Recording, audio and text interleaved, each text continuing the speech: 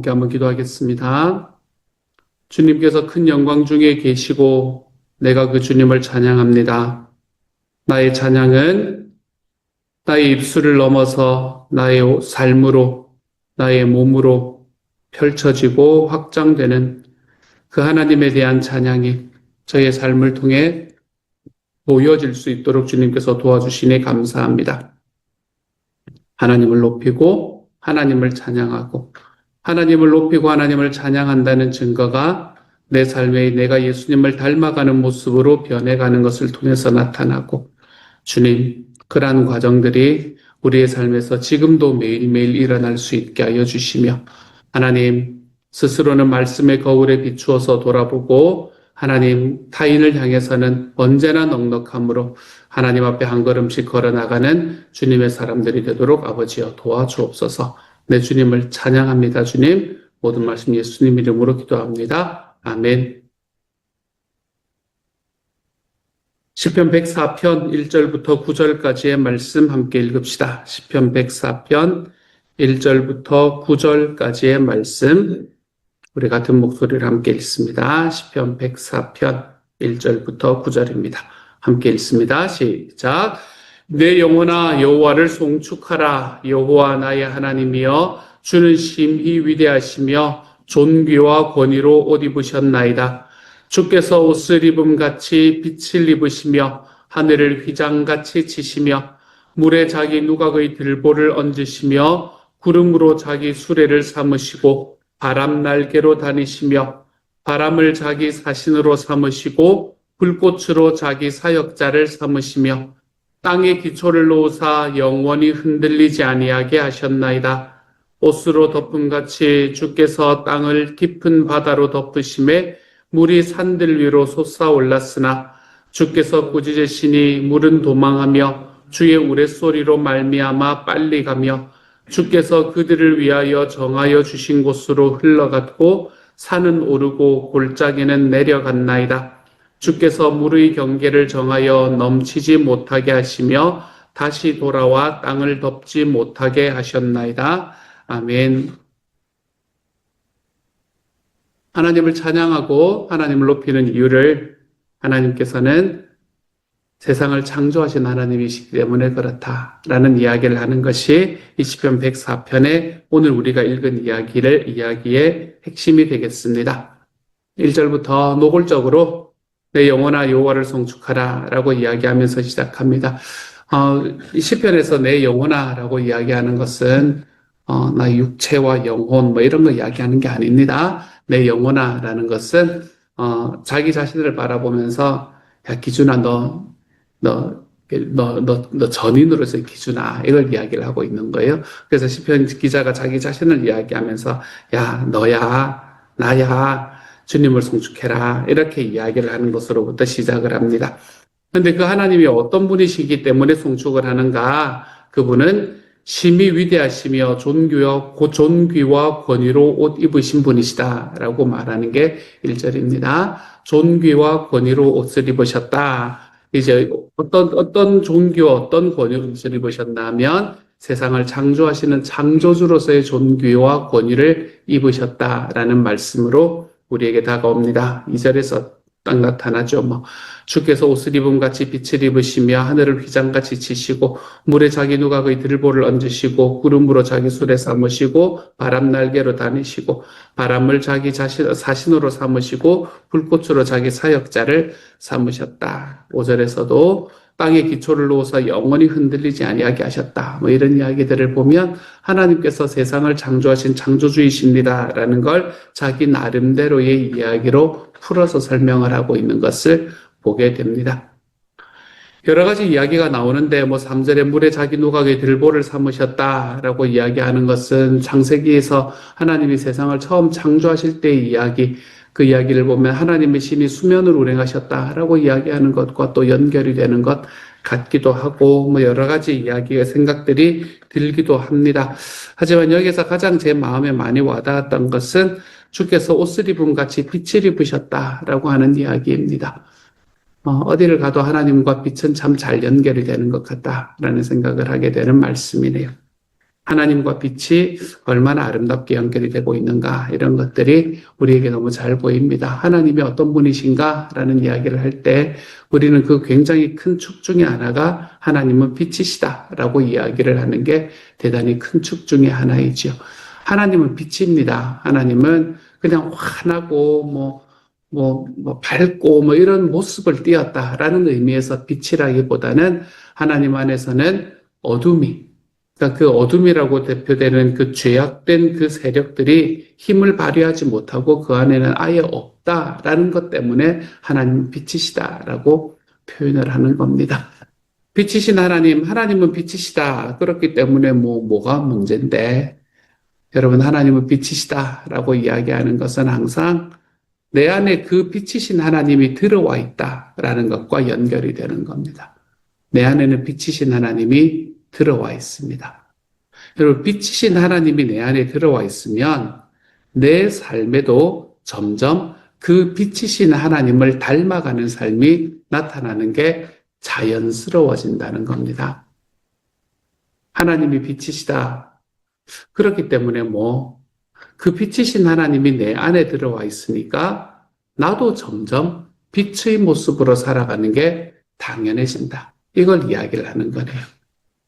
빛의 모습으로 살아간다는 말은 무슨 이야기입니까? 내 안에 어둠이 거하지 못한다라는 이야기고 내 안에 어둠에 거하는 게 점점 불편해진다라는 이야기인데 여기서 어둠이라는 건 뭘 말해요? 죄악된 삶을 말하겠죠. 우리 안에 있는 죄를 이야기하겠죠.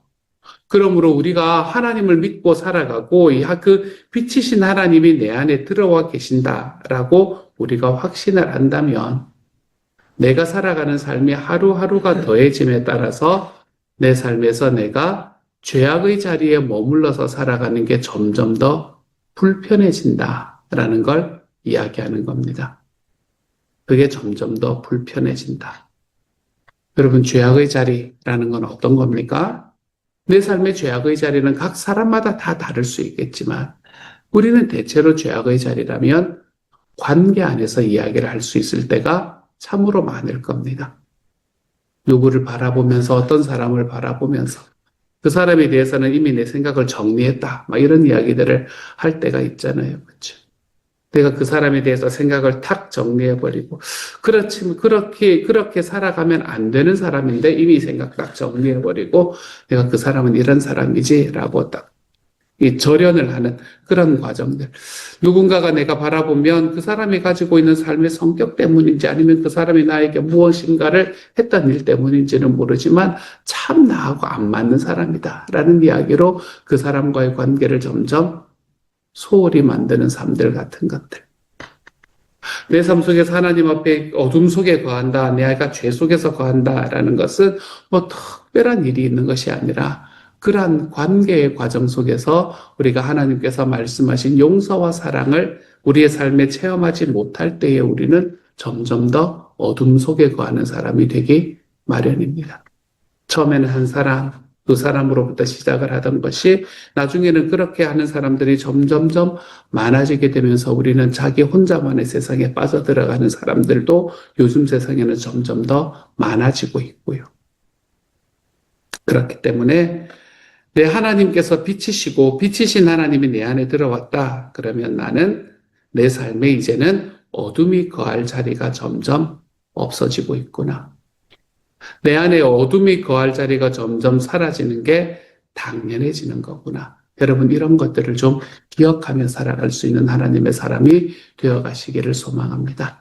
그래서 주님께서 나에게 주시는 그 하나님의 삶대로 내가 좀 더 관계에 있어서 넉넉하고 내가 살아가는 나의 삶을 바라보는 눈에 있어서 좀 더 넉넉하고 스스로를 너무 죄악의 자리로 막 몰아붙이지 마시고 여러분 죄책감의 자리로 몰아붙이지 마시고 나에게 있어서도 남에게 있어서도 조금씩 더 넉넉한 삶을 살아가 볼 수 있는 하나님의 사람이 좀 되어 가십시다.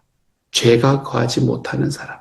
점점 죄가 내 삶을 주관하지 못하는 사람. 여러분 우리가 좀 그런 삶으로 살아가야 되지 않겠습니까? 내가 60년을 살았는데 50년을 살았는데 40년을 살았는데 70년을 살았는데 내가 예수님을 처음 믿을 때와 비교해서 지금 별다른 변화가 없다 라고 이야기를 한다면 우리는 진짜 예수님을 영접했는가라는 걸 한번 좀 확인해야 될 필요가 있을 만큼 하나님께서는 우리들의 삶 속에서 빛이신 하나님으로 다가오셔서 우리의 삶을 빛으로 만들어가 주시는 분이시다. 그러므로 여러분, 오늘 하루 살아가는 과정 속에 여러분의 삶을 빛으로 하나님 앞에 빛이신 하나님이 여러분 안에 들어와 있는 사람으로 주님 앞에 서볼 수 있는 하나님의 사람이 되기를 소망합니다. 우리 주님은 빛이시니까, 그분이 내 안에 들어왔으니까 내가 어둠 속에 여전히 거하는 것이 점점 더 불편해지는 사람으로 살아가 보실 수 있게, 그러한 하나님의 모습을 우리의 삶에서 좀 닮아가 볼 수 있기를 우리 주님의 이름으로 축복합니다.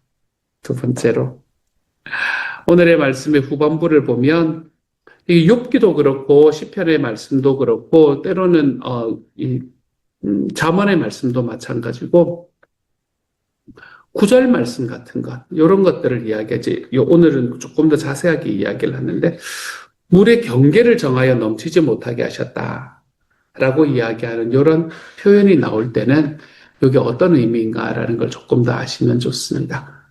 주님께서 물의 경계를 정하여 넘치지 못하게 하셨다. 이게 뭐 그냥 땅을 이렇게 폼하는 그런 느낌으로 생각이 들지 않습니까? 그렇죠? 근데 그 중에서 특별히 물의 경계라는 단어는 좀 특별한 이야기를 말해줍니다. 성경에서 물이라고 이야기를 하는 것은 혼돈의 세력을 이야기합니다. 혼돈. 대체로 물과 바다, 이 두 가지는 혼돈을 이야기를 할 때 보통 물과 바다를 사용을 합니다. 아마 생각해보면 그럴 거예요. 이제 고대 사람들은 캄캄한 어둠 속에 바다를 바라볼 때 마음속에 굉장히 큰 두려움을 가졌던 것 같습니다. 네, 아무것도 보이지 않는 상황 속에서 바다를 이렇게 딱 바라보고 그 바다에 막 풍랑이 일고 파도가 일고 막 이러면 그게 너무너무 두려웠을 것 같다는 것은 대충 감이 잡힙니다. 그래서 그런 상황을 막 바다에는 풍랑이 일고 막 비 오고 막 바람이 불어가지고 바다가 막 우렁우렁거리는데 그런데 밤이어서 아무것도 보이지 않는, 그래서 이게 도대체 어떤 일들이 지금 나한테 일어날지 잘 알지 못하는 그 상황을 사람들은 뭐라고 생각을 했었나 하면 이게 혼돈의 세력이구나 라고 생각을 했던 것 같습니다. 그렇기 때문에 성경에서 이 물이 경계를 넘는다라고 이야기하는 게 이제 그런 거예요. 요즘 우리말로 하면 쓰나미 같은 거죠. 쓰나미. 물이 경계를 넘어서 원래는 땅이어야 하는 곳으로 덮어 들어오는 것. 이것들이 그때 사람들에게는 굉장히 큰 문제거리 중에 하나였기 때문에, 그래서 이런 것을 성경에서도 이 혼돈의 세력을 표현할 때 이런 말들을 사용을 합니다. 특별히 욥기에서 많이 사용하는 이야기이고요. 그리고 시편에서 자주는 아니지만 한 번씩 등장하는 이야기입니다. 근데 물의 경계를 정한다라고 이야기하는 게 하나님을 그래서 참 어떤 분으로 표현을 하냐면 이 물의 경계를 정하는 분으로 계속해서 이야기를 하는 경우가 많습니다. 그러니까 물이라는 것은 혼돈을 이야기를 하고 혼돈의 경계를 정하여 넘치지 못하게 한다라는 것은 이 혼돈의 세력이 하나님께서 만드신 질서의 세력 안으로 넘어 들어오지 못하도록 그 바를 치시는 분, 이 경계를 치시는 분이 하나님이다라고 이야기를 하는 거예요. 그러니까 이걸 요즘 우리가 쓰는 말로 좀 편하게 이야기를 하면 뭐라고 이야기할 수 있나 하면 내 삶의 고난과 내 삶의 아픔들, 왜 이런 일을 닥치는지, 내게 왜 이런 일이 닥치는지 모르는 것 같은 그런 상황들이 내 삶에 있을 수 있지만, 그게 물이고 그게 바다라는 거거든요. 그게 있을 수 있지만, 우리의 삶에서 하나님께서는 그 모든 것들의 경계를 만드시는 분이다. 그것이 내 삶의 질서의 영역으로 넘어오지 못하도록 막아주시는 분이 하나님이시다. 라는 걸 이야기를 하고 있는 겁니다. 아픔이 있고 고난이 있고 어려움이 있지만 그 모든 아픔과 고난과 어려움들 속에서 주님은 이 혼돈의 세력이, 이 어려움의 세력이, 고난의 세력이, 광야가 아픔이 뭐라고 표현을 하든 이것이 내가 살아가는 삶의 모든 질서를 다 무너뜨리지 않을 수 있도록 경계를 지어주시는 분. 그분이 하나님입니다. 신약의 말씀으로 표현하면 어떻게 표현할 수 있을까요? 하나님은 우리가 모든 고난을 당하는 중에, 시험을 당하는 중에 피할 길을 내어주시는 분이다. 다 같은 이야기예요. 하나님을 딱 이렇게 표현을 하고 있는 거예요. 하나님은 우리의 모든 삶 속에서 이 혼돈과 질서의 경계를 명확하게 그으시는 분이십니다. 그리고 그 혼돈의 세력이 나의 삶을 덮어버리기를 절대로 원하지 않으시는 분이 바로 하나님이십니다. 그러니 여러분의 삶 속에 고난이 오고 아픔이 오고 여러분의 삶 속에 광야와 같은 삶이 여러분의 삶을 덮치는 것 같은 상황이 있다고 하더라도 우리 안에 하나님 앞에 확신할 수 있는 한 가지, 그건 뭔가 하면 내 주님께서 경계를 지으신다라는 그 사실이라는 것을 좀 여러분의 삶 속에서 잊지 않고 살아가실 수 있기를 바랍니다. 주님은 절대로 우리를 망하도록 놔두지 않으십니다. 주님은 절대로 우리가 죽도록 놔두지 않으십니다. 하나님은 우리가 하나님 앞에 감당할 수 있을 만큼의 시련밖에는 우리의 삶에 주시지 않는 하나님께서는 그 감당할 수 있는 시련이 우리의 삶을 넘어설 것 같은 그 순간에 피할 길을 내어주시는 분이십니다. 피할 길을 내어주셔서 우리의 삶에서 정말로 내 하나님께서 원하시는 길이 어디인지를, 하나님께서 쳐놓으신 이 경계가 무엇인지를 우리가 깨달을 수 있도록 만드시는 분이 바로 우리 하나님이십니다. 주님의 경계를 믿어드리실 수 있기를 바랍니다. 주님이 내 삶 속에 절대로 너는 이것을 넘어갈 수 없다. 너는 넘어갈 수 없다. 라고 이야기하는 그 이야기가 여러분의 귀에 생생히 들릴 수 있는 하나님의 사람들이 되어 가시기를 소망합니다.